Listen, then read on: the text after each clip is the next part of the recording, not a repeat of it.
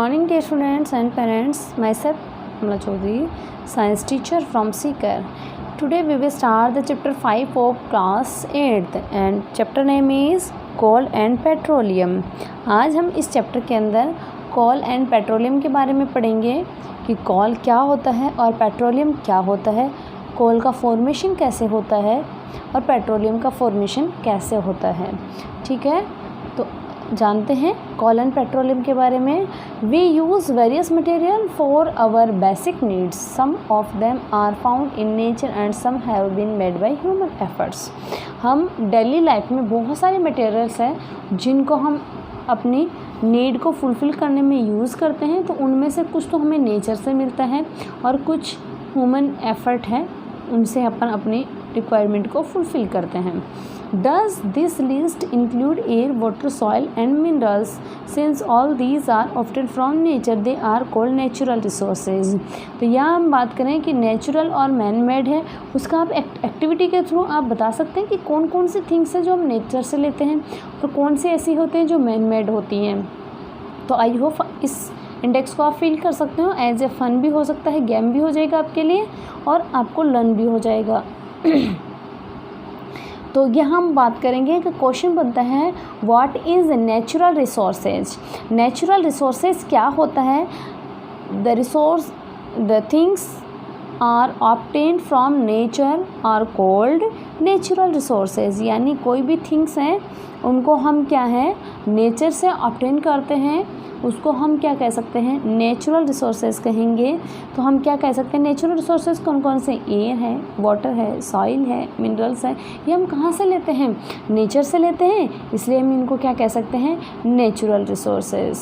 The object या और thing, कैसा कह सकते हैं द ऑब्जेक्ट और thing which is obtained from nature is called natural resources. ये 1 नंबर में भी पूछा जा सकता है और 2 नंबर में भी पूछा जा सकता है और आप इसके एग्जाम्पल भी लर्न करें। नेचुरल रिसोर्सेज के एग्जाम्पल क्या है? Can air, water and soil be exhausted by human activities?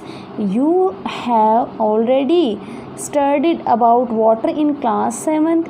Is water is limitless resources. आप ये जानते हो कि जो एयर है, वाटर है, सॉइल है, उसको अपन क्या कर रहे हैं ह्यूमन एक्टिविटी के थ्रू क्या कर रहे हैं एग्जॉस्ट कर रहे हैं यानी ख़त्म कर रहे हैं, जिसको हम प्रीवियस क्लासेस के अंदर पढ़ चुके हैं, 7th में हम पढ़ चुके हैं। लेकिन आप ये भी तो जानते हो ना कि वाटर है वो लिमिटलेस है क्या रिसोर्सेज या लिमिट है उसकी? ये आप अच्छे से जानते हो क्योंकि ये लिमिटेड है, बिल्कुल है लिमिटेड है। जो ये नेचुरल रिसोर्सेज है, नेचुरल जितने भी रिसोर्सेज है वो लिमिटेड है। In the light of the availability of various resources in nature, natural resources can be broadly classified in 2 kinds. हम नेचुरल रिसोर्सेज को भी हम 2 टाइप से डिस्क्राइब कर सकते हैं। कैसे? कि एक तो हम बात करें वाटर है, वाटर क्या नेचुरल रिसोर्सेज हैं, बट ये भी लिमिटलेस थोड़ी है, लिमिट इसकी भी लिमिट है। ठीक है, और हम बात करें कि जो सनलाइट है, सनलाइट है वो अवेलेबिलिटी काफ़ी है उसकी नेचर के अंदर। तो हम बात करेंगे यहाँ पर 2 टाइप से क्लासिफाइड कर सकते हैं। Inexhaustible natural resources, these resources are present in unlimited quantity in nature and are not likely to be exhausted by human activities. For example sunlight और एयर, 2 ही ऐसे हैं जिनको हम ख़त्म नहीं कर सकते, जो सनलाइट और एयर है, जो ह्यूमन एक्टिविटी से हम इसको ख़त्म नहीं कर सकते, वो क्या है सनलाइट और एयर। फिर है एग्जॉस्टिक नेचुरल रिसोर्सेज, जो क्या है लिमिट वाले हैं, ये तो अनलिमिटेड आ गए, ये लिमिटेड हैं। The amount of these resources in nature is limited, they can be exhausted by human activities. For example of these resources are forest, wild life, minerals, coal, petroleum, natural gas. ये सब किसके example हैं?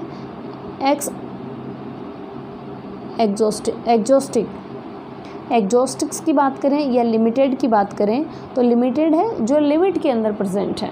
ठीक है, तो हम बात करें यहाँ पर आगे assume that the eatable in the container represent the total availability of exhaustive natural resources like coal, petroleum,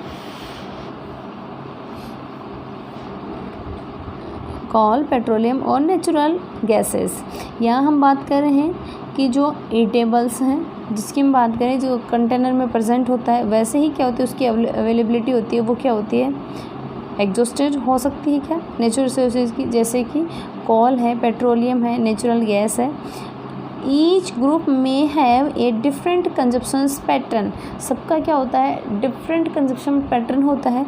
जैसे कि आप कोई भी सामान स्टोर करके रखा हुआ है, उसको आप कहोगे कि एक साथ में ख़त्म हो जाएगा, नहीं हो सकता, क्योंकि उनकी रिक्वायरमेंट होगी, उसी के अकॉर्डिंग वो क्या होता है उनका कंजप्शन होगा, और उसी के अकॉर्डिंग ही वो एग्जॉस्टेबल होंगे या नॉन एग्जॉस्टेबल होंगे।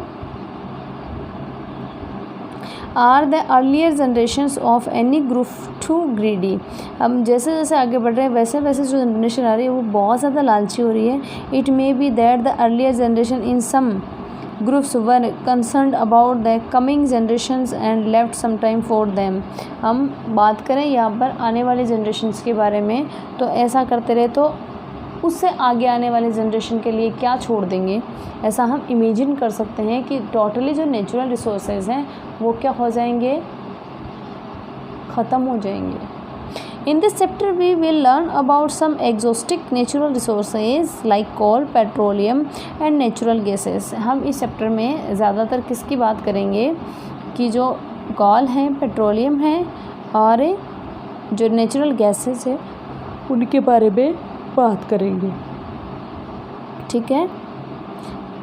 These were formed from a dead remains of living organism, जैसे fossils की बात करें, ये किससे बनते हैं, जो dead living beings होते हैं उनका जो बचा हुआ पार्ट होता है उससे, जिसकी हम बात करें fossils की, उससे बनते हैं।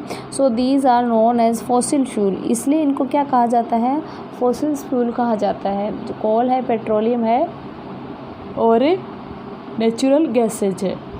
तो सबसे पहले हम जानते हैं कोल के बारे में कि कोल क्या होता है। यू मे हैव सीन कोल और हियर्ड अबाउट इट, आपने देखा भी है और सुना भी है। It is as hard as a stone and it is black in colour, आपने देखा भी है, सुना भी है कि ये हार्ड होता है और क्या होता है एक स्टोन जैसा होता है और ब्लैक कलर का होता है। Coal is one of the fuel use to cook food, हम बात करें कोल है जो क्या है शुरू से ही किस में यूज़ किया जाता है, एज ए फ्यूल की तरह खाना पकाने में यूज़ किया जाता है। Earlier it was used in railway, पहले तो इसको रेलवे में भी यूज़ किया जाता था। इंजन्स को क्या करना, produce steam to run the engine, यानी इंजन में क्या किया जाता है स्टार्ट करने के लिए या रन करने के लिए, जिससे कि उससे स्टीम बनाई जाती थी और ताकि इंजन रन करे। It is also used in thermal power plant to produce electricity, और इसको किस में थर्मल पावर प्लांट में भी यूज़ किया जाता था जहाँ इलेक्ट्रिसिटी का क्या है प्रोडक्शन होता था।